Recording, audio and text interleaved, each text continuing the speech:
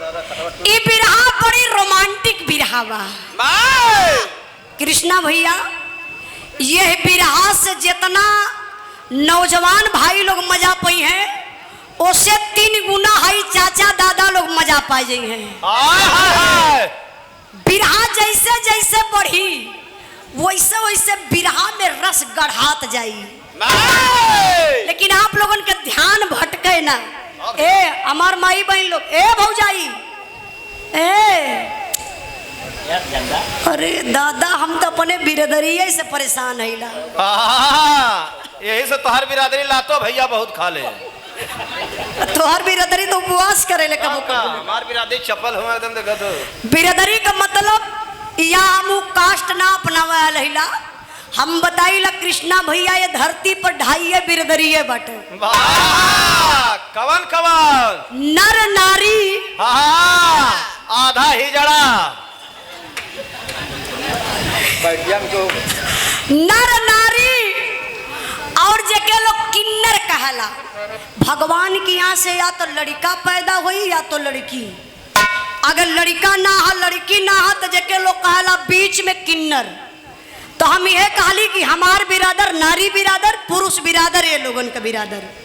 तो आई एक बिरहा वीर लोरी का प्रसंग बा। आप लोग सुनी ध्यान से। बिरहा भटकब भुलाई तो आप लोग से पूछब टिकुली वाली भौजाई बतियाबो तो फसबू। आई कहना बा मालिक तरी आवा तो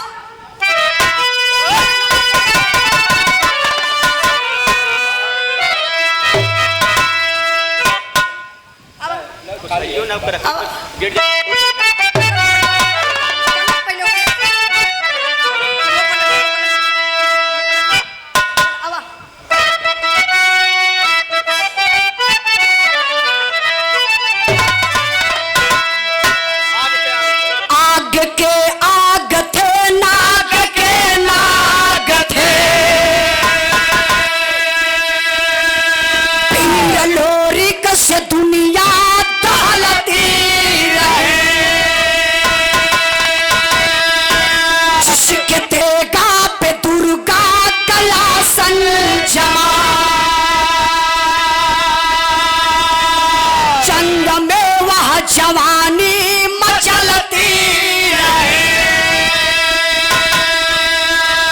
जिस तरफ से निकलते थे लोरी का जवान कांप जाती थी धरती हिले आसमान।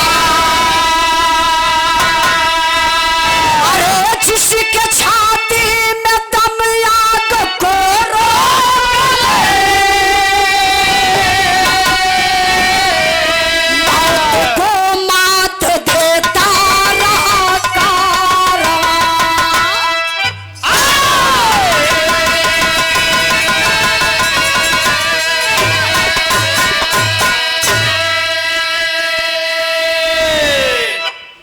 बनारस का धरती हमें धरती के नमन करत थैला।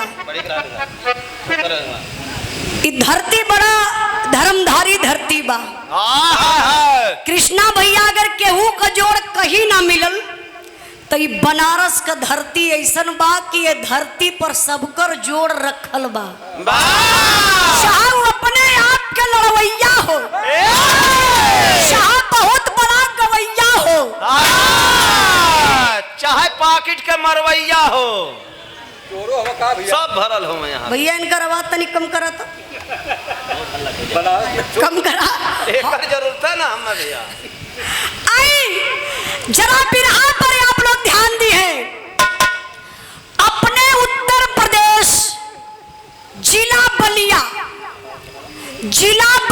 गढ़गौरा के रहे वाला वीर लोरी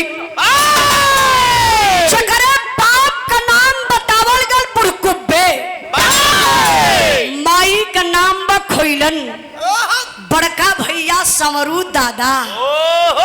लोग बतावे कि लोरी के दहिने दुर्गा विराजे।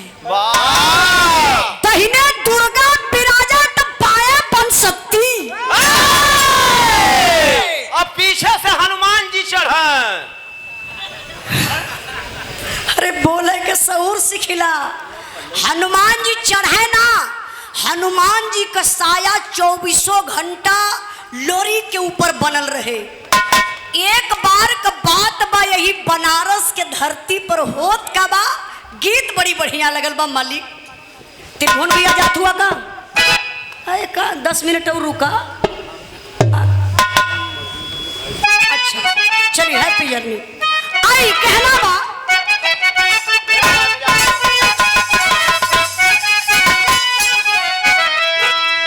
गीत बड़ी बढ़िया बा।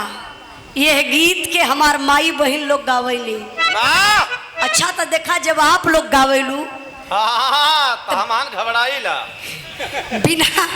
बिना साज बाज का गावेलू, लेकिन आप लोगन का आवाज इतनी मिठ होले, और रसगुल्लों से ज्यादा मिठ होले। यह गीत के हमार माई बहन लोग गावेली, ये लोगन का अंदाज अलगे बा, लेकिन एक हम गावत हिला कैसे।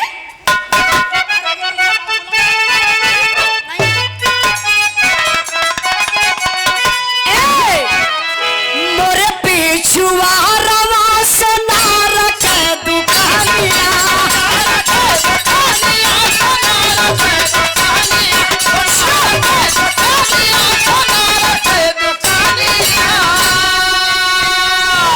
झूलन गड़ेला तीन पातियान के, अरे झूलन गड़ेला तीन पातियान के, बारा निकला गीत आवतियान के, बारा निकला गजाहिया हिरनियान का बाला निकला गजाहिया हिरनियान का बाला निकला गजाही।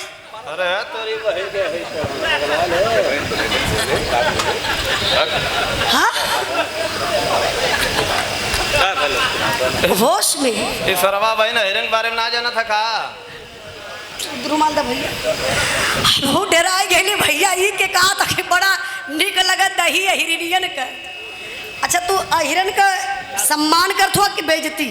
हाँ, अब इन्हें हिरन के बारे में ना जाना था भैया। चचा ई जात का प्रजापति हुआ, हम जात का अहिरी नहिला।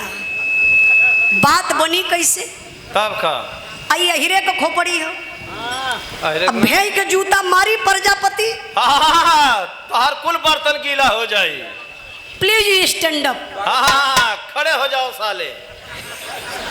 स्वागत कर बेचारा का। उठा उठा, हम तोर स्वागत कह दे। उठा, तू ढेर हिरन के पीछे पड़ल हो। दाता भैया तनी माला दाता। काली से पड़ल है। हाँ नहीं दा, पहले पब्लिक से माफी मांगा कि अब अहिर लोगन के कुछ ना कहब, उनके गरियावा मत। पहले माफी मांगा कि अब अहिरन के कुछ ना कहब। हाथ जोड़ो, हाथ जोड़ो, माफी मांगा। भैया ये माफी मांगत हो, अब अहिरन के कुछ ना कही है। अच्छा अच्छा, इनके हम माला दे के इनका स्वागत करना, तनी आप लोग जोरदार ताली बजा दा, जोरदार। पैसा मत दिया, पैसा मत दिया। कृष्णा भैया और का, कृष्णा भैया और कृष्णा भैया के चिन्हत हुआ के बा। हाँ, ये हनी पीरित के भैया हम ये हम भैया चिल्लाई के राम रहीम का सार हम। अरे अरे बगल साला देखा बहुत गाड़ियां में देखत ना का तू कहे चौपाई पड़त हवा। इतना बड़ा आदमी का सार हुआ भैया। बैठा भाई, ये हीरे का खोपड़ी का तो बड़ा नीक लगा दही हिरनियन का। काहे ना तू ही कह देता कि बड़ा बर्तन नीक लगे कोहनियन का। हाँ, इन्हन के बर्तन बड़ा चिकन होला भैया।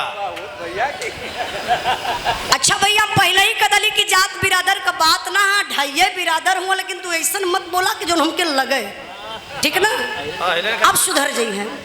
आई उहे गीत का लाइन में मास्टर साहब कौन गीत रहा है?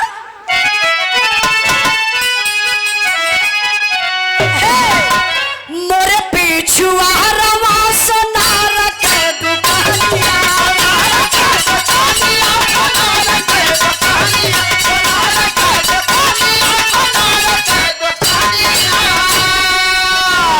कब न डरैले झूलन गड़ेला तीन पातियान के, अरे झूलन गड़ेला तीन पातियान के, बाहर निकला गीत हमारा तियान के, बाहर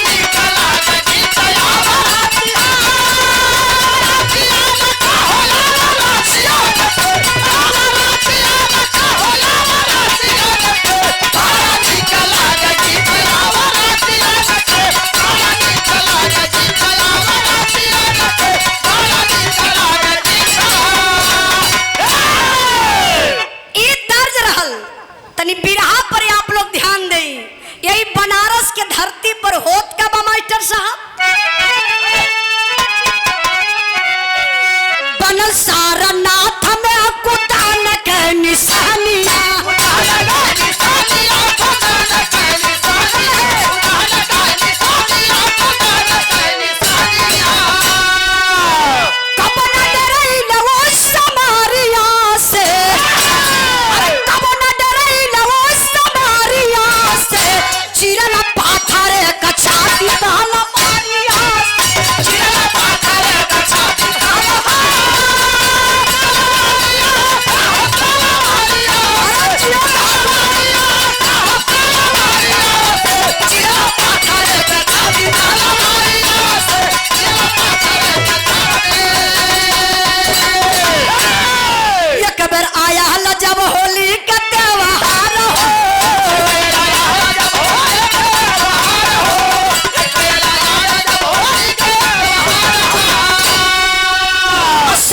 के संग कार रंग के पाव छाड़ हो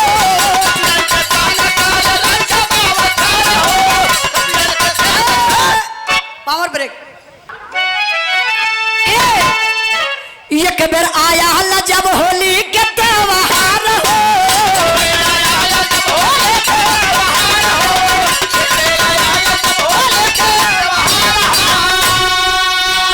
सथियन के संग खेल रंग के पाव छाड़ हो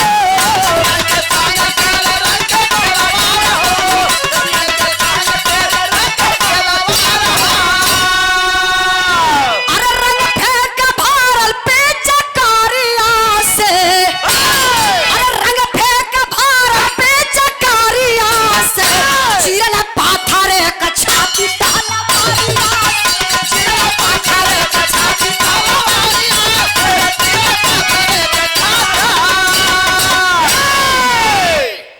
बेटा सारे पूरा से आप छोटे ही पहलवान सारनपुर हो कि सारन तालाब से आप छोटे ही बाबूजी की तरफ से 100 रुपए का पुरस्कार है। बिरहा के भाव पर आपके चरणों में बहुत बहुत प्रणाम आशीर्वाद का चाह रही। तनी आप लोग कहानी पर ध्यान दें।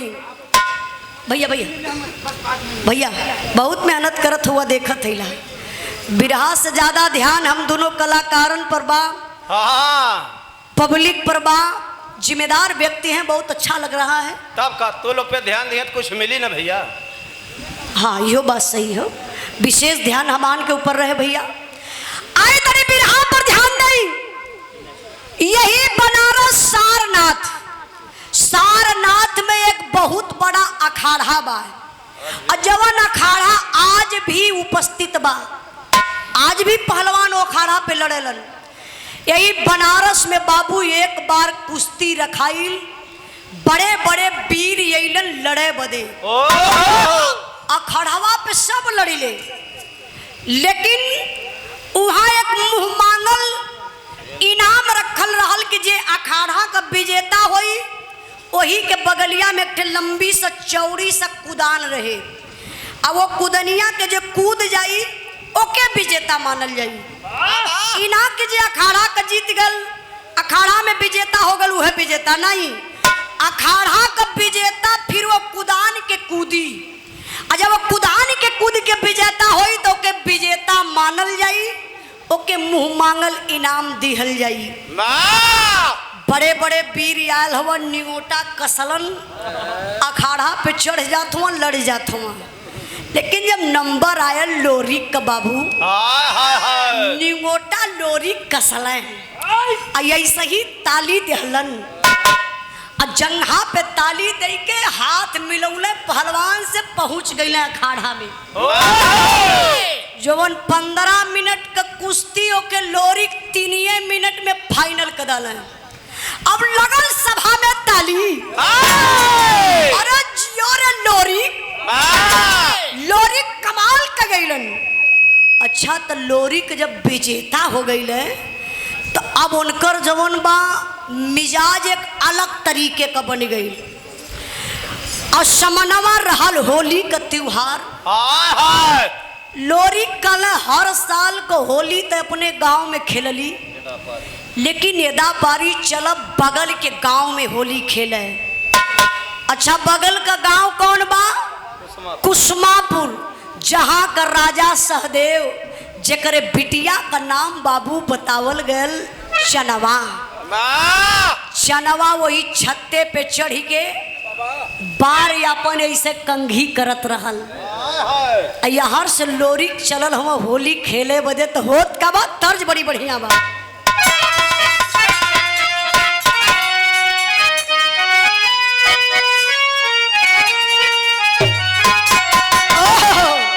हीरालाल भैया ए तर्ज के स्वर्गीय रामदेव गुरु गावत रहलन। हमारे पापा भी बिरहा गावल, आज भी बतावल, पहले भी सिखावे। कहा बेटा केहू को धुन कैसो केहू गौले रहे, लेकिन जब तू गई हा तो अपने अंदाज में गई हा।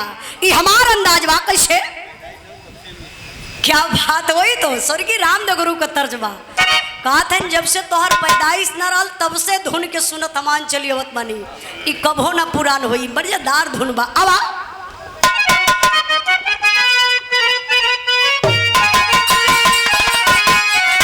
अरे कोई कहता रे सासो दागिया जमावले,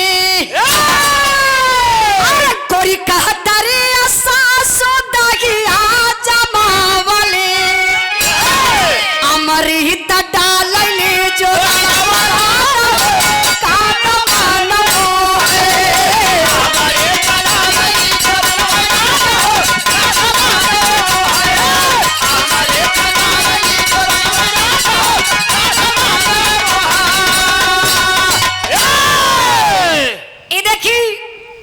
हमार ना बल्कि आप स्वर्गीय रामदेव गुरु का सम्मान कैली।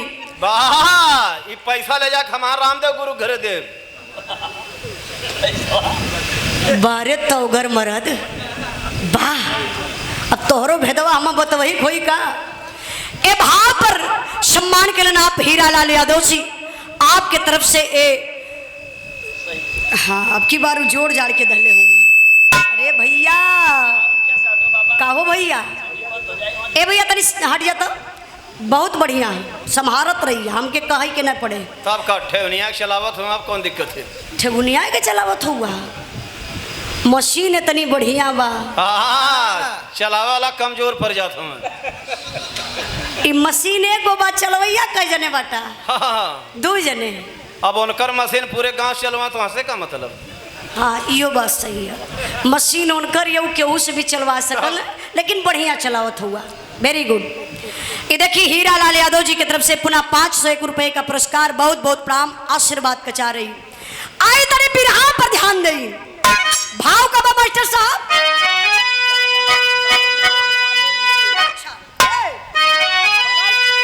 पगनिया लमहर छरहर फरहर पदानिया,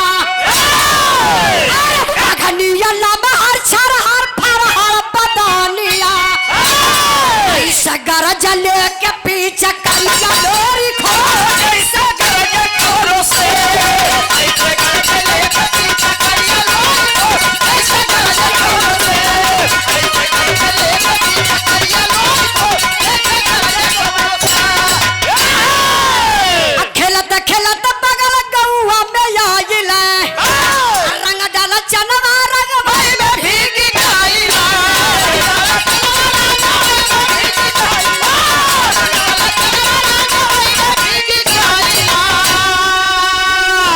थैला दौड़ा के तेही घरिया लोरी खो, रंगवा पोतलाई पोरे पोर। तनी कहानी पर ध्यान दई।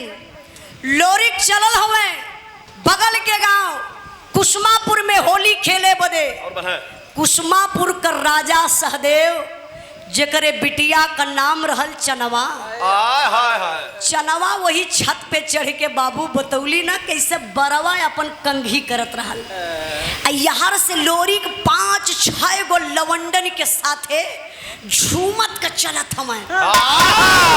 चनवा का निगहिया पहुंचल वही झुंड पर, देखलस त कहलस कहोई 5-6 गो मरद हुआ, ये माँ एगो ई मरद बा कि जोगी बाबा का साण हो। कहला ई मरद बा कि कौनो देवता बा। अच्छा तो जानत हुआ ए लिए चनवा ना समझ पौलस, लोरी का बनावट ही गजब रहल। जवन आज हीरो लोग जिम कई के बॉडिया बनावत हवा ना, तवन लोरी का बॉडी पहले ही बनल रहल, प्राकृतिक देन रहल। हाय देखा लोग बतावेला कि पहले के मर्दन में आज के मर्दन में बड़ा अंतर हो गया। आपका मर्द तो झरे शुरू हो गए हमें, कैसे छोटा हो लगने। नहीं ये बात सही है, गलत ना बोलना है। गलत हम कहाँ बोलते हैं? नहीं हमके पता, गलत बोलबा तो माइको में बंद करा दे। सच्चाई बा पहले के मर्दन में आज के मर्दन में बड़ा अंतर हो गया। आज का मर्द देखबा हाइट छोट हो चल जात बा। अरे भविष्यवाणी बहुत पहले हो गई कि आदमी आवे वाला दिन में चना के पेड़े तर छाई हैं, लग्घी से तुरी हैं। ये भविष्यवाणी बा। तब तो जेबा में धैले चले के भैया। अब बतौली ना कि पहले का मर्द जवन लोरी के साथे बठवा चमार रहत रहलन, सबसे छोट मर्द 18 हाथ लंबा। वही का भाई ललचनमा चमार के देखा। चाचा ज्यादा पैसा हम इनकर तो के दे दे। अरे बिरादरी क्यों छिपावत? अरे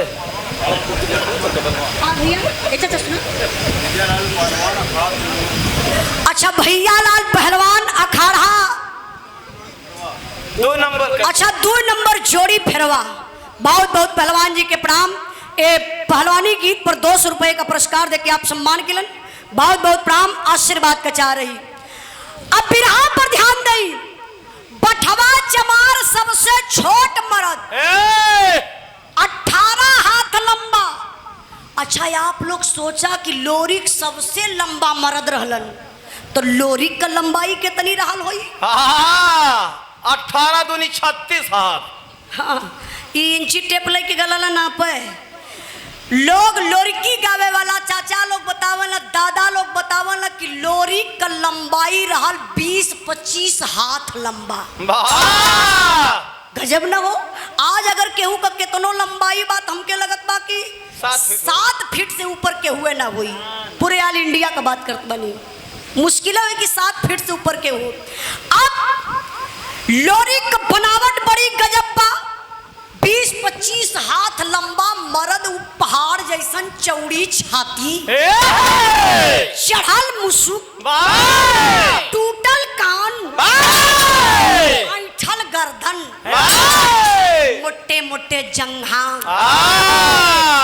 कठिली बदन। देखा प्रजापति बिगड़े न पैंट, धागा से काम चलावा वाला लोग। हाँ कितना जोर भरी है। लोरी के देख के चनमा लगल हथवा ऐसे मीजे। भैया भैया यो लोरिक से कमजोर थोड़ी ना। ये चाचा लोग बताते हैं लोरिकी गाने वाले। हाँ इनकर भैया हाँ यार ये नहीं जी, हाँ बिल्कुल। लेकिन अब गौले के बाद सवाल जवाब कर ली, नहीं तो बिरहा में थोड़ा व्यवधान हो जाए। हाँ अलग से पहले गा ले तब प्लीज। हाँ आई हीरालाल भैया का ये रहा है कि लोरी के कबो देखले उकाल उजाला। हम कहली देखले ना बनी, लेकिन ई लोरिकान में लिखल बा। एक लोरिकान का किताब मिले हमरे पापा जी खरीद के लिए, वहाँ सच्चाई बौके मन पढ़ले बानी। जबकि जरूरत पड़ी हम दे दे, पढ़ लिया नहीं तो नेट पे सर्च करके देख लिया। गौर करे बाबू, अब देखला चनवा लोरी के लगल हथवा मीजे। कला सरे दादा रे दादा, तब ले लोरी करीबाई गईले चनवा। कला सरे अरे अरे अरे अरे ई त गढ़गौरा का लोरी खौआ हो। अरे भैया तुरंत गईल बल्टी में रंग भरलस। अब बल्टिया का रंगवा ले के चनवा ऐसे वही छाता के बरजवा देखत हुआ ना, चच्चा वही बरजवा पे खड़ी भइल और लोरी कैसे बरजवा से गुजरत हवा। अब हर बल्टिया का रंगवा चनवा लोरी के ऊपर आ गिरावत है कल से लोरी कलर मरी माई रे का भेल ले लोरी के लगल नीचवा से ऊपर देखे कल साला रंग वो भी ललका रंग गिर रहा है। काले और कोनो कलर न रल का अरे इतनी चटक होला हो काले साला रंग किधर से आया। लोरी यार वार ताकत हुआ अत्ता बोले भैया लोरी कन्नी गहिया ऐसे छतवा पे चली गई। हाय हाय लोरी कहला अरे बाप रे बप्पा ई तो खाली मेकसी पहिले है मर्दे। हाँ रे मर्दे गलला देखे रे मर्दे। निशमा से झांकत रहना इसे न यही तो पता चला। लोरी कैसे देखला कलो रे बाप रे बप्पा कला है रंगवा फेंकलू है ना तू बचबू ना के ना बची वही चनवा कहत हूँ देखा हे सुमित्रा जी देखा इनके इशारा से बचत रहा ना ना वो चनवा थोड़ी नंदनी है तो न झूठा कहा तू नहीं भैया देखा हमार बही नहीं हम चनवत हो जाब लेकिन ये लोरी जिंदगी में हो सही है भैया देखा बात फंस गई इंद्राज भाई लंबाई तनिक छोट हो रही है चल डंडा उठा वेरी गुड बहुत अच्छा लगल भाई देखा तो के लोरी बने के पड़ी। हाँ भैया बना कोशिश करब आए देखी सच्चाई कहानी सुमित्रा जी कहती हम तो चनवा बन जाई लेकिन इ लोरी का ना बन पाई है। अरे भैया रियाज मारब हो जाई काम हो आई ये हंसी मजाक का बात है लेकिन बिरहा सीरियस बा थोड़ा बिरहा पर ध्यान दे। अब लोरी चनवा के देखला कला है रंगवा फेंकलू है ना आ तू बचबू ना अरे मेहरारू का जात बाबू चनवा अब लगल नोचराए ये सड़िया उठाए कैसे करत के लोरी समझ ही गई ले केहू का मनवा हो अच्छा का मनवा हो रंगवा खेले का हो हाँ चोनहरा थी तनी लोरिक समझ गई कि चनवो का मनवा बा हाँ खेली जरूर मानी ना चनवा होलिया खेली जरूर ए भैया लोरिक दौड़ाए हल कहाँ धौरौना वही गंगा जी के तीरे तब तो फायदा उठा लाले हुई हैं। अरे मूर्खराम चनवा जब छते पे है तो सवाल का लोरिक चनवा के बाबू वही छत पर दौड़ौलन और चनवा मेहरारू का जात 3-4 फेरा कैलस लगल हकर हकर हाफे ई के बा हाँ ये चनवा के मौसी के लड़का हूँ मैं अच्छा बहन के मदद में हूँ मैं अब लगल चनवा हाफे तब ले लोरिक बाबू मानत ना हुआ चनवा बेचारी मारे डरन हो भैया जाय के वही छाता के कोनवा में मुर्गियन मतीन एक जगह बैठ गई जाय के ऐसे चनवा दबक के बैठ गई और जब चनवा बैठल न भैया तबले लोरी के पीछवा से जाय के पकड़त कैसे हुए पकड़ के रगड़े शुरू कर दहना कौ रगड़ना अरे रंगवा रगड़ी है और का रगड़ी है हाँ बात सही बात जैसे देवर भौजाई के होली ननद भौजाई के होली लोरी की ऐसे अकवारी में पकड़ल ऐसे टांगी में फंसौना हाँ ऐसे टंगिया में फंसाई के हाँ कसे शुरू कही न हाथवा में बाबू रंगवा लगल रगड़े रगड़त रगड़त रगड़त रगड़त रगड़त रगड़त रगड़त रगड़त रगड़त रगड़त अरे सरवा थना मत रगड़ रे चमड़वे छोड़ दे। रगड़ के लोरी कैसे हथवा में रंगवा बाबू चनवा के गलवा तर लगौले हो बाबू। हाँ, तो रोमा पान पान पान करे लगल। कहल जाला बिरहा के सुने वाले भैया बाबू थोड़ा रोमांटिक बात है ओकरे बाद फिर अब जब गाल में चनवा के रंग लगल तो चनवा तकलस लोरी के तरफ और लोरी के तकल चनवा के तरफ। वाह ए बाबू लोरी के चनवा का नैन लड़ी गयल। वाह, मतलब दुल्हन के आँख फूट गई। अरे मूर्ख राम आँख लड़ले से फूटैले। हाँ, वही बाबतपुर का गमा देखलू है का 2 ट्रक फाट गल हुआ लड़ले से। अब इनके इतने बुद्धि है जानला। लोरी चनवा का नैन लड़ल कहले का मतलब कि लोरी का और चनवा के दिल से प्यार हो गयल। कहल जाला बाबू प्यार कईल न जाला प्यार हो जाला। प्यार हो गयल बच्चा आवा ना समझ में होता। अब जब लोरी चनवा में प्यार हो गयल तो मिलन बड़ा मुश्किल भयल। लोरी दिमाग लगौल यार लोरी का गांव हर चनवा का गांव वही बीचवा में एक नदी बहेले। वही नदिया पे आज भी लोग बतावेला कि पीपल का पेड़ बड़ा विशाल बड़ा मोट आज भी वो निशानी बा। वही पीपरे के पेड़े तरे लोरी के चनवा के बोलाइले अपने दिल का बात पूरा कैले। अब ये बाबू लोरी के चनवा का प्यार कपारे चढ़ल बा। चरम सीमा पर लोरी चनवा का प्यार बा तबले यही में गजब हो गया। वाह, गजब का भयल। अच्छा गजब का हो तब बिरहा यही से मोड़ ले ललस। कैसे मास्टर?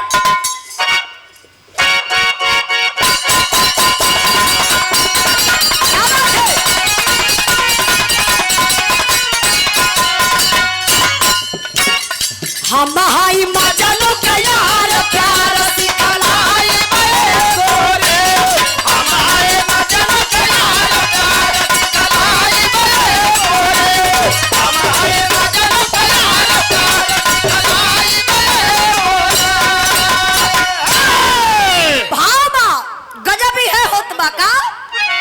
प्यार नहीं हो लखे लवार यार बतलाई बतो के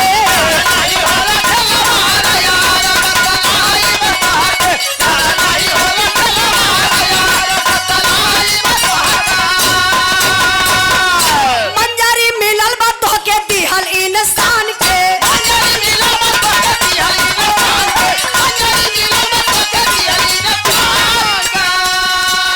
हमारा के प्यार मिलल दिहल भगवान के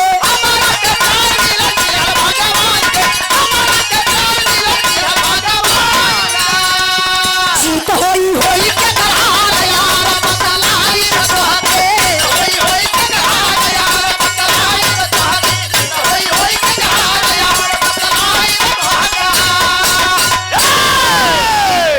गौर करे बिरहा टर्न कैसे लहले बा बतौली ना कि लोरी चनवा का प्यार बा। भैया भैया भाई भाई धीरे धीरे अब वही लोरी चनवा के प्यार के बीच में लोरी का शादी तय हो गई। अच्छा लोरी का सदिया मजबूरी रहल। अब मजबूरी कैसे रहल?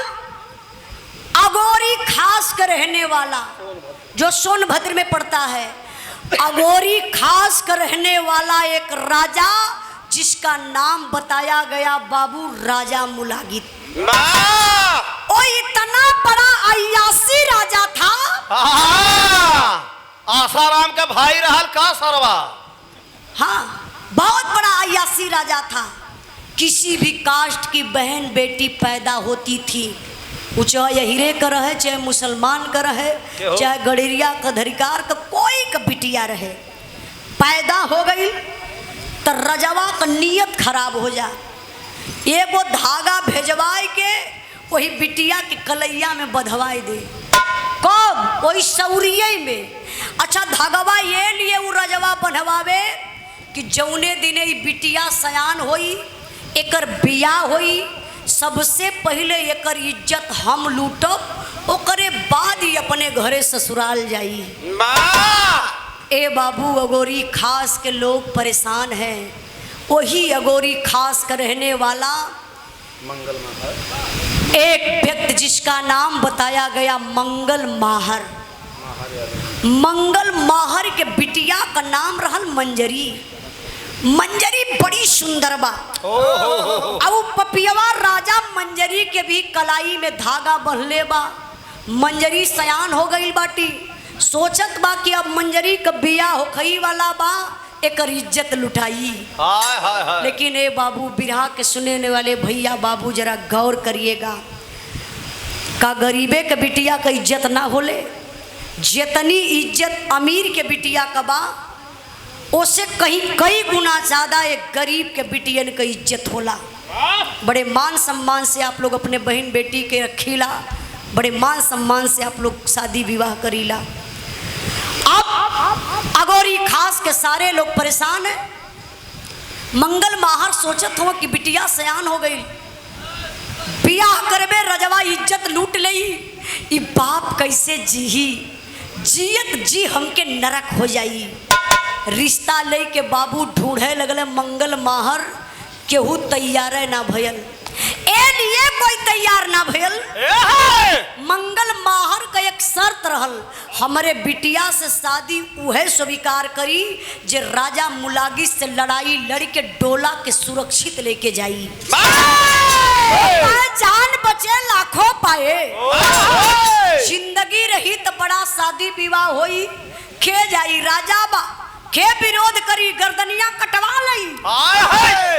ए बाबू, वही मंगल माहर का साला शिव बच्चन, मतलब मंजरी का मामा शिव बच्चन जी बतौला, कहला कहो हम सुनत थैला बलिया गढ़गौरा गांव का एक लड़का बा, जौने का नाम लोरी का बहुत बड़ा पहलवान बा, बहुत बड़ा वीर है। बड़े बड़े लोगन का छक्का उ चुटकिया बजाए के खत्म कर दिला। का कहत हुआ, कुछ विचार बनावत हुआ। ए बाबू, जब इतनी बतिया मंगल माहर सुन लें और रिश्ता लेके आए गई, यही बनारस से होते हुए पैदल पहुँचले कहाँ, बलिया गढ़गौरा गांव में लोरी के घरे। हाय हाय। लोरी के पिता बुड़कुब्बे जी से सारी बात बता दलन। लोरी सदिया करे के तैयार ना हो तो बुड़कुब्बे पिताजी लोरी के लगल डांटे,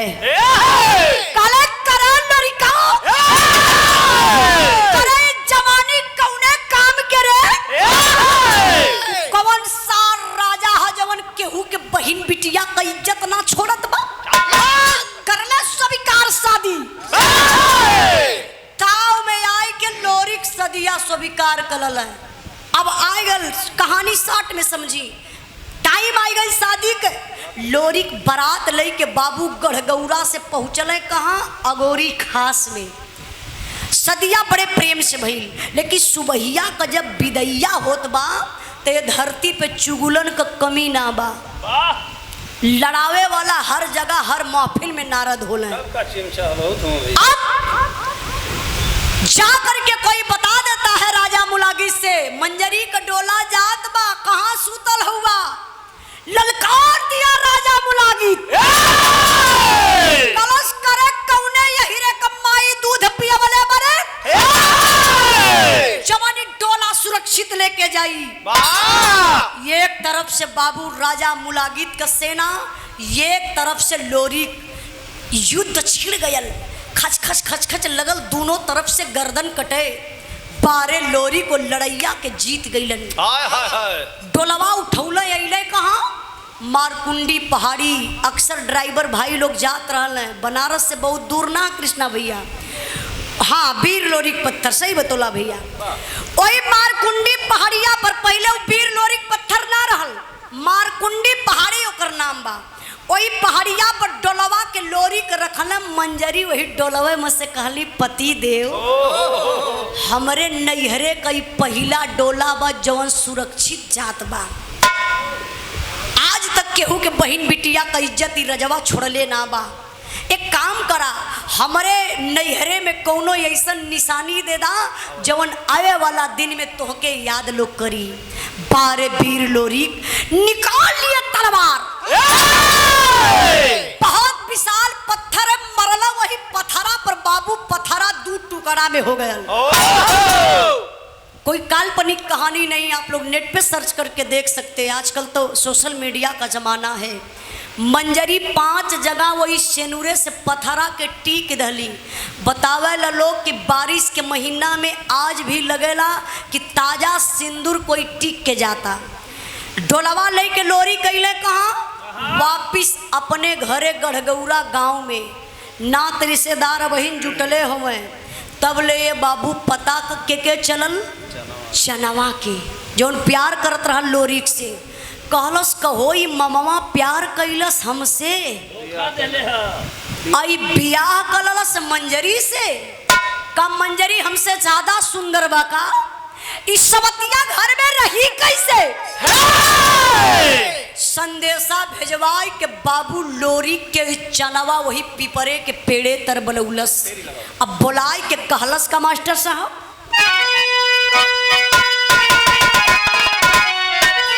अरे सवार कैसे लोरी का बिरवा, ये कवर प्यार खड़ा एक और सिंदूर ललकारे।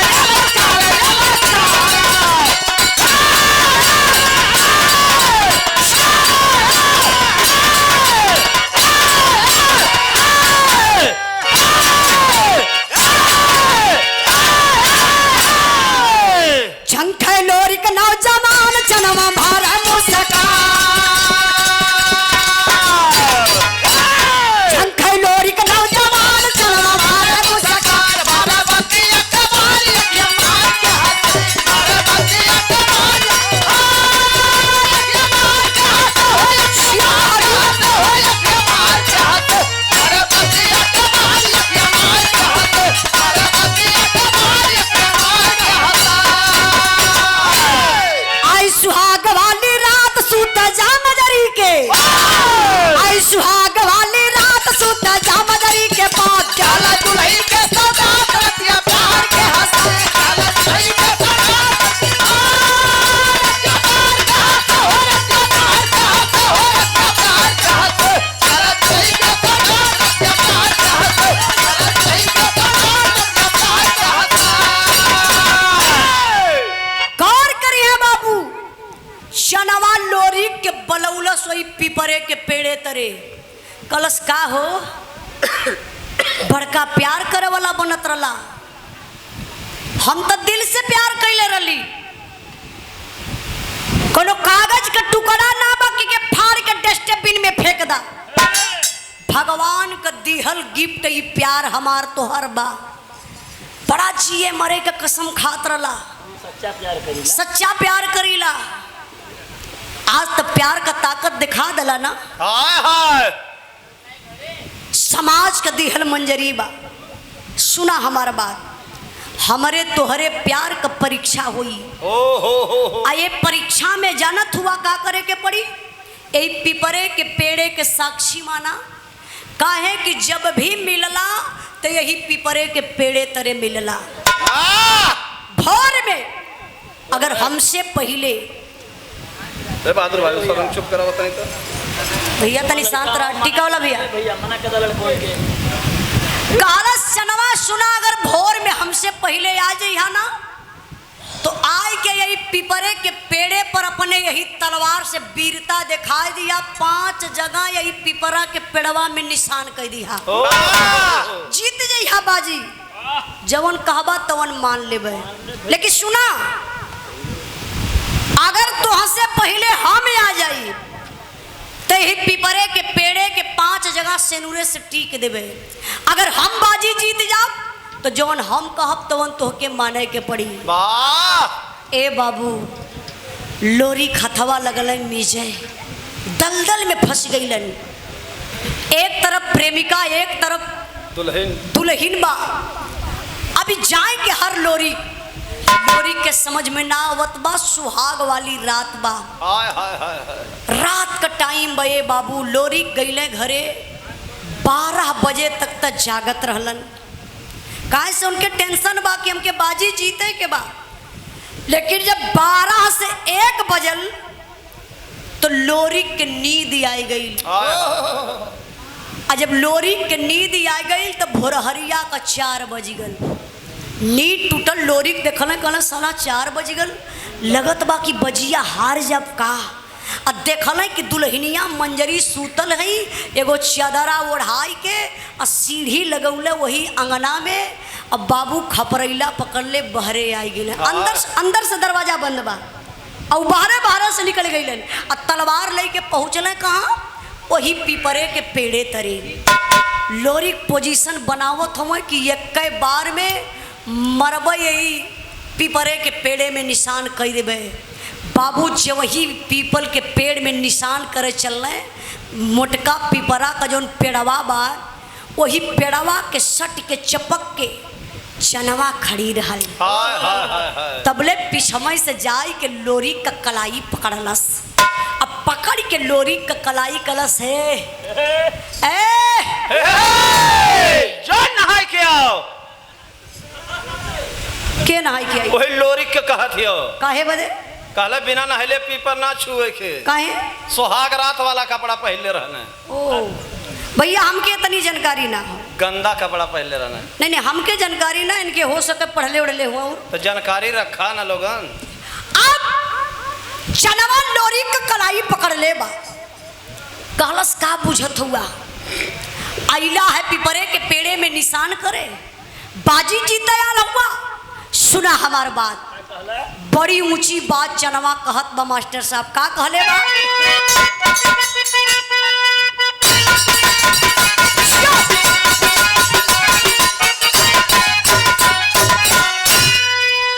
अरे दुल्हन का संग रहला सुतल राजा तोहार नितिया नहीं टूटल हो राजा तोहार नितिया नहीं टूटल हो राजा तोहार नितिया नहीं टूटल हो राजा।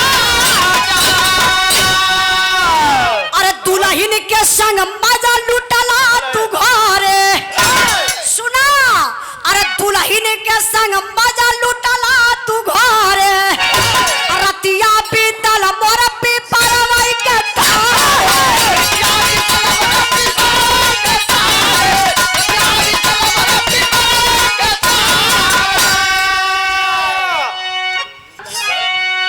अरे दुल्हन के संग मजा लुटला तू घरे, रतिया बीतल मोर पीपरवई के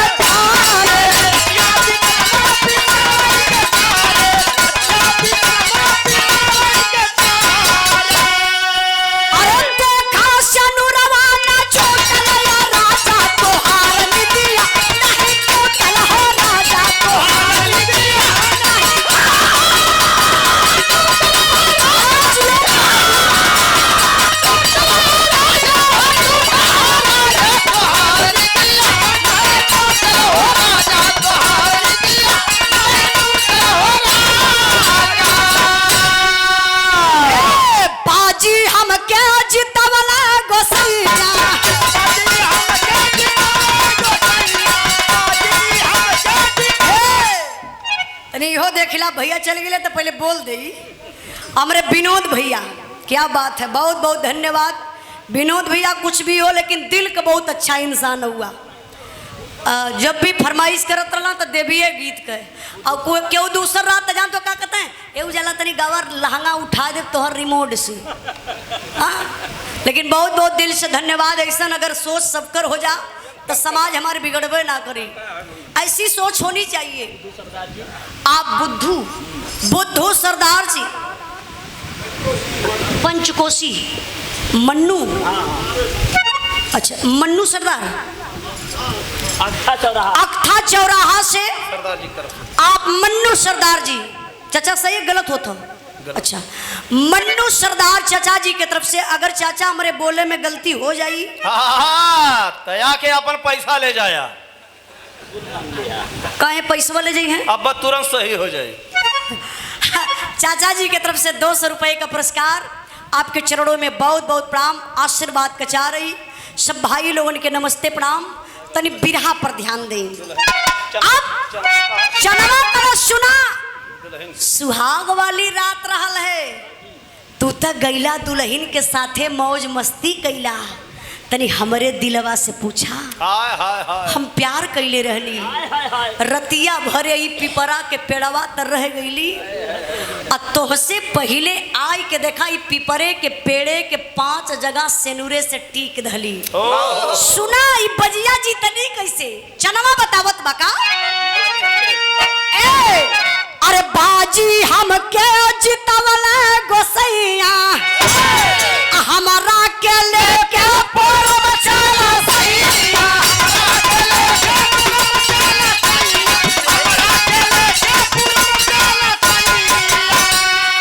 अरे पिरहिन का किस्मत बा फूटल राजा तोहार नितिला फूटल हो राजा।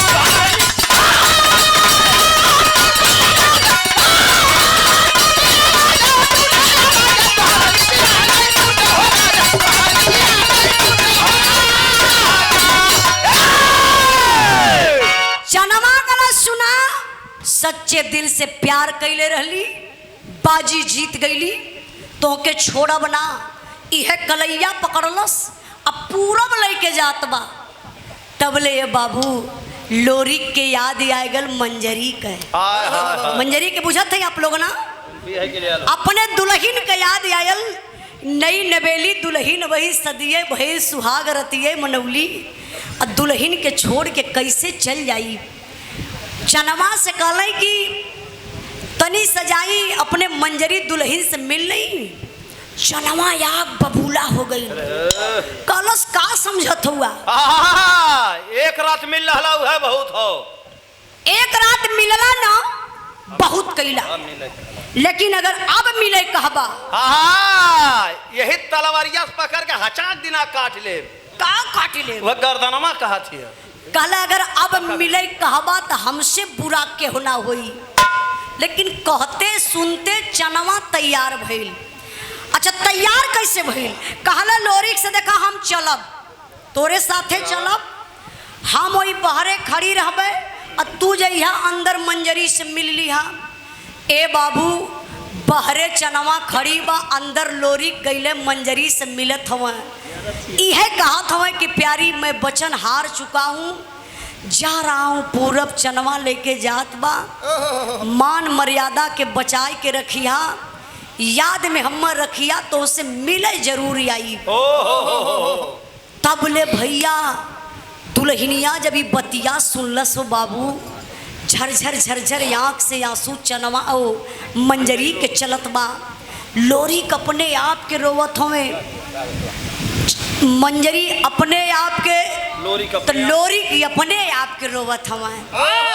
तब ले भैया यार चनवा बहरे अपन एड़ा उठौलस, हाय हाय। आ जमीनी पे धमकावत कैसे बाए। जब 3 बार पायल का आवाज लोरिक के कान तक गई, तुरंत लोरिक निकल के बहरे आई गईलन। हाय हाय हाय।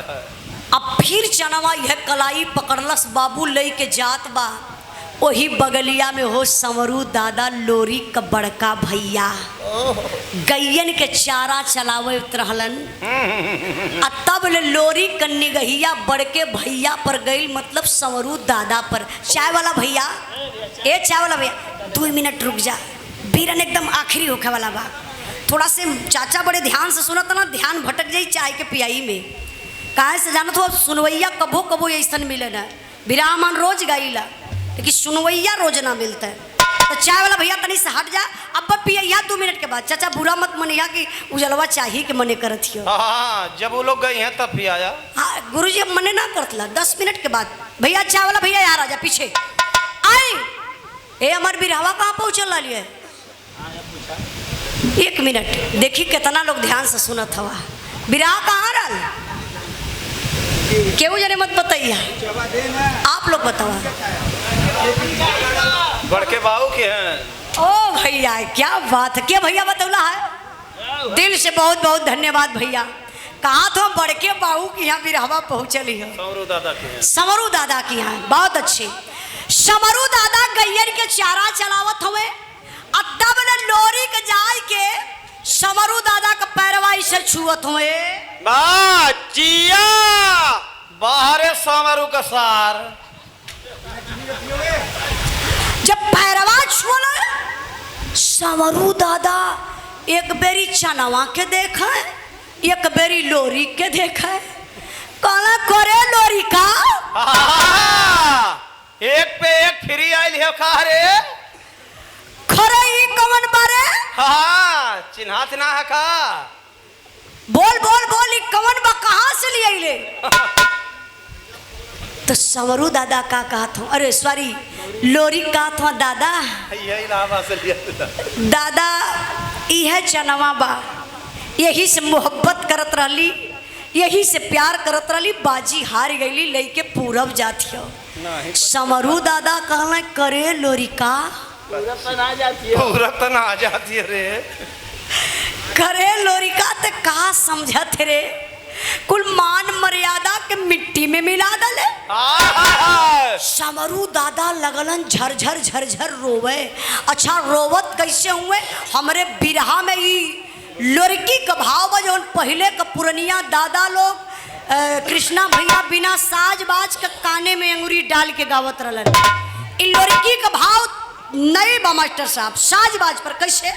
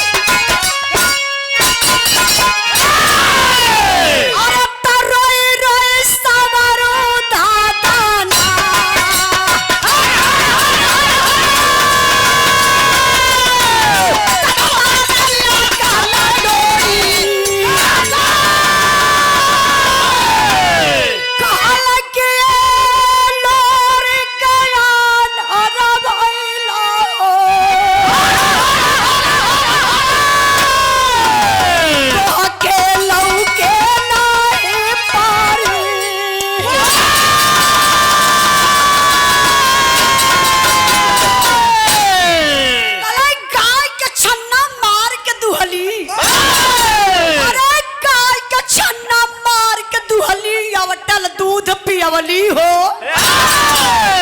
काई दिन देखे खातिर पट्ठा तो है बनौली हो कमर बुढ़ाई में मोर तोरला बोरला कुल का नाम बिरन मर्यादा के ताक पे रखला देख के गोर का चाम बिरन हम मर जाए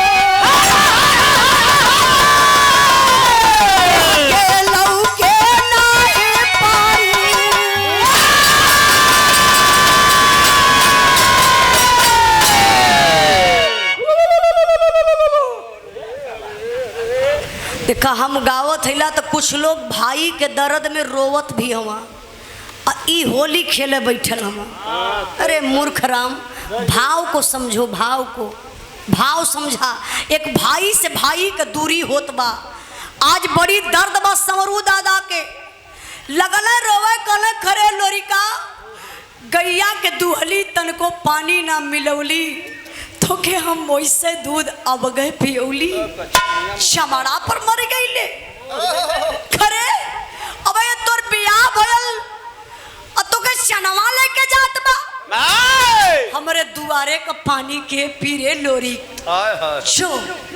जो बड़काते सानी भैले ना जो मर जाई हमार तेरे ही करे बदे मत आए अरे लोरी सुन तेरे ही का बतिये छोड़ ते दुआर करे बदे मत आए जो ए भैया चनवा लोरी का कलाई पकड़लस खिंचले लेके पूरब चल गई धीरे धीरे समय बीतल 20-25 साल का दिन और जब 20-25 साल का दिन बीतल तब एक बार याद आया लोरी के अपने मंजरी के बारे में अब लोरी चलल हम पूरब से बाबू अपने मंजरी से मिले बदे कैसे चलत हुआ आल्हा कलाई में मास्टर साहब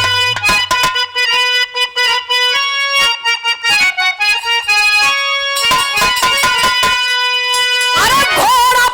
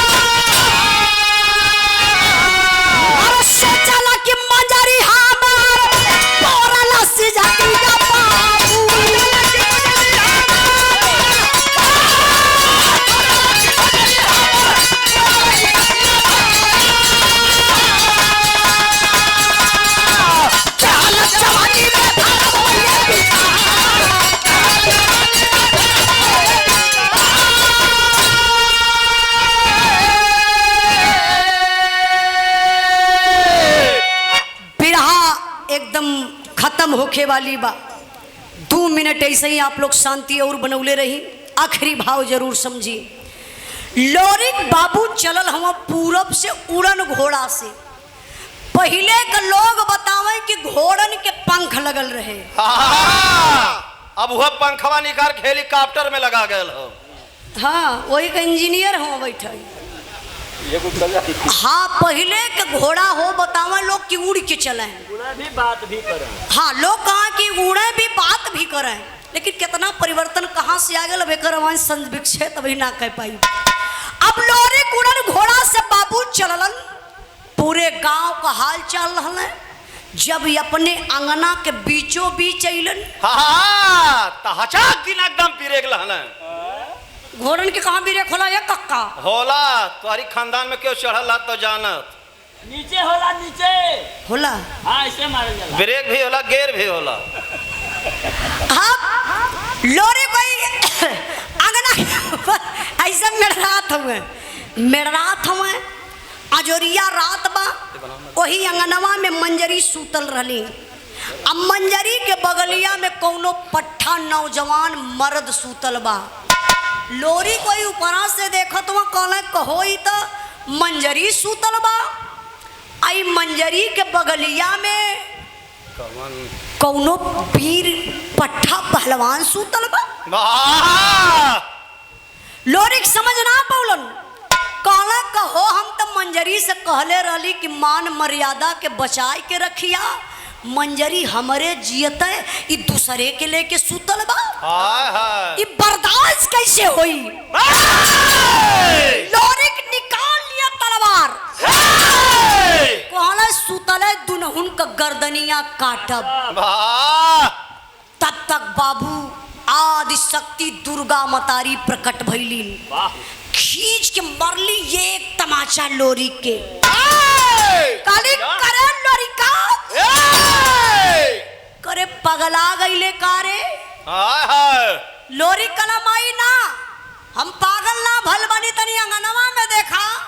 दुर्गा माई कली करे लोरी करे मंजरी सूतल बन रे। लोरी कला हाँ माई सुतल तो हो। मंजरी के देखत क्यों अहू ना देखत हो कि मंजरी के बगलिया में कौन पट्ठा मरद सूतल बा। दुर्गा माई कली ओ मंजरी बहुत बड़ी गलती कैले हो रे।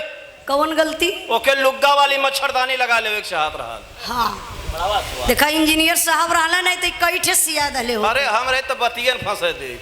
अब दुर्गा माई कली करे लोरी का मंजरी के पहचानत थे। अहो मंजरी के बगलिया में कौन सूतल बा के ना पहचानत थे। लोरी कला माई ढेर बतियावा मत, जियते माछी हमसे घोटाई ना। पहले दुनहुन का गर्दनवा काट लेवे दा, ओकरे बाद बतियावा। दुर्गा माई कली रुक रुक रुक रे लोरी पगलो मत सुन।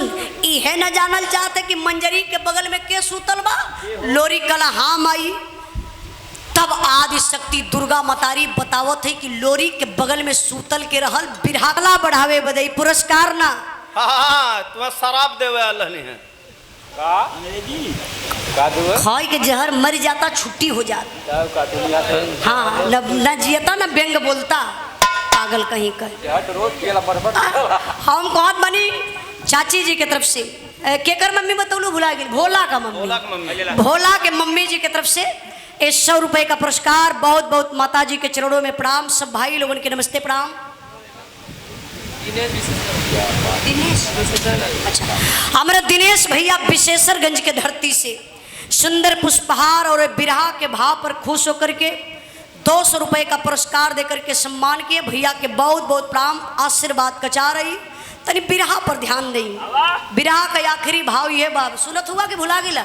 सुनत हो भैया, कामे आई कहा जाला कि 2 नाव पे चढ़ना, ढोलक फाड़ के मारना, कजनी का फाड़ के मरना। तो 2 नाव पे आप लोग कभो मत चढ़िया। बिरहा संकेत करत बा। अब आदि शक्ति दुर्गा मतारी बतौली काली खरे लोरी का सुन सुने चचा ए चचा का बिचवा में उठत हुआ। 1 मिनट और रहा है, बस 1 मिनट। हाँ, काले सुन तो से हमार सवाल बा। दुर्गा माई लोरिक से कहली तो से सवाल बा मंजरी से बियाह कैले। लोरिक कहला हाँ माई बियाह कैली, अम्मा कौन छुपावे वाली बात बा। दुर्गा माई कहली एक बात और बताओ लोरिक, बियाहवा कैले मंजरी से सुहाग रात मनौले कि ना। अब लोरिक का सर झुक गयल, हथवा जोड़ के लगला अंगूठवा से माटी खनने। कहला माई तू देवी हो के सुहाग रात के बारे में का पूछत हो? काहे न पूछी है, उनके का जरूरत है? जरूरत बा वहाँ पूछे के, नहीं तो लोरी के पता ही ना चली। कहा सुन लोरी, सुन ले हमार बात, मंजरी से बियाह कैले, सुहाग रात मनौले, वही पहले मिलन में मंजरी के गर्भ रह गल। आज तक 20-25 साल के बाद अले है, का तो के पता बरे वो गर्भवा वही पेटवे में रही के तोर इंतजार करी कि तो अबे तब वो बच्चा पैदा हुई। हाय हाय अरे लोरिका तोर बेटा पैदा जब भयल न रे, पाल पोस के मंजरी देख तोर औरत पाल पोस के पट्ठा पहलवान बना दिलस। तोर बेटा अब होरिक सुतल बा। ए माई बेटा का रिश्ता है के कलंकित मत कर ले लोरिक। सुन हाय हाय कोनो दूसर पट्ठा पहलवान ना बा, पराया पुरुष के साथे मंजरी ना सुतल बा।